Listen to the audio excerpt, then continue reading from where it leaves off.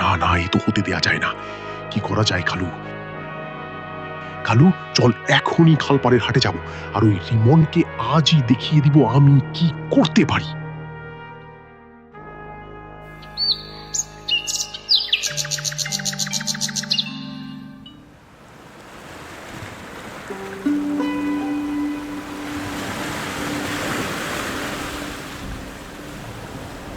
ওরে কালু, ওই দেখ, 2 দিনেই হাট কত বড় হয়ে গেছে রে।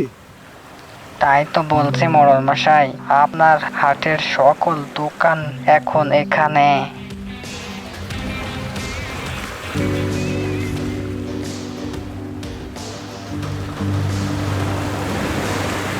কিরে রিমন, তোর কত বড় সাহস, তুই আমাকে না জানিয়ে একেবারে হাট খুলে বসে আছিস? হ্যাঁ, তুই এক্ষুনি এই হাট ছেড়ে দিবি আর আগের মতো চাষবাস করবি, যা।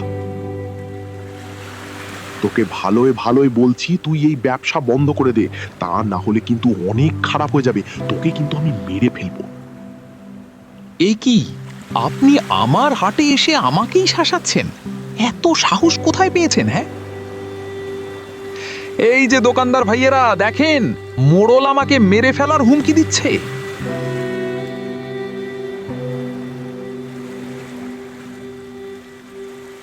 এই মোড়লকে আর চেলা কালুকে বেঁধে ফেল, ওদের বিচার আজ আমি করব।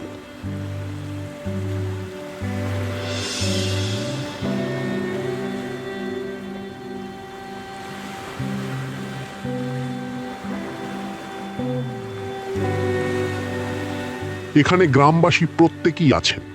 আপনারা সকলেই জানেন এই সালাম মোড়ল একজন অত্যাচারী মোড়ল ছিলেন।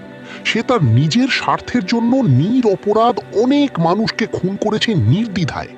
সবার কাছ থেকে অতিরিক্ত চাঁদা উঠাইছে।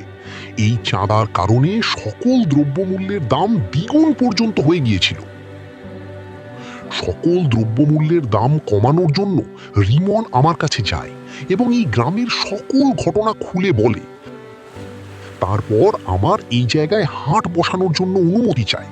তখন আমি হাট বসানোর জন্য অনুমতি দিই, যার ফলে আজ আপনারা ন্যায্য দামে জিনিসপত্র কিনতে পারছেন। অথচ দেখেন, আজ এই সালাম মোড়ল রিমনকেই হত্যা করতে চেয়েছিল।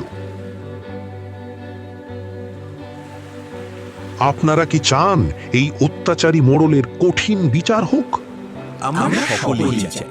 এই সালামের শাস্তি হলো খুনের বদলে মৃত্যুদণ্ড। সে আজ পর্যন্ত 33টি খুন করেছে, যার কারণে তাকে জনসমক্ষে মৃত্যুদণ্ড করা হলো।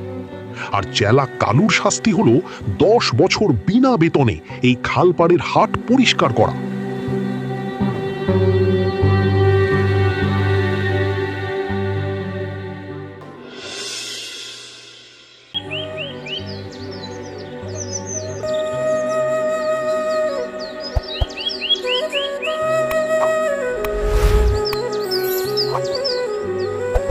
সম্মানিত গ্রামবাসী, আপনারা এইমাত্র দেখতে পেলেন অত্যাচারী মোড়লকে জনসমক্ষে মৃত্যুদণ্ড দেওয়া হলো।